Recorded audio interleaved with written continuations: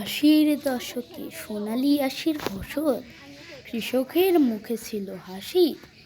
এখন দেশে কৃষির মহাবিপ্লব ঘটেছে বটে, কোনো রকম বেঁচে আসি। প্রয়াত মহামান্য রাষ্ট্রপতি হুসাইন মোহাম্মদ এরশাদকে জানায় লাল কর্নিশ যত। তখনকার দিনে প্রতি মণ পাটের মূল্য ছিল 20-19 শত। বিশ্বের বৃহৎ পাটকল আদমজি ছিল আমাদের এই সোনার দেশে। পাট বিক্রি করে কিন্তু কৃষক পদ্মা রেলের হাট হতে গিয়ে এনেছে পাটের ব্যাগ, পাটের বস্তা। দেশের চাহিদা মিটিয়ে রপ্তানি হতো বিদেশে।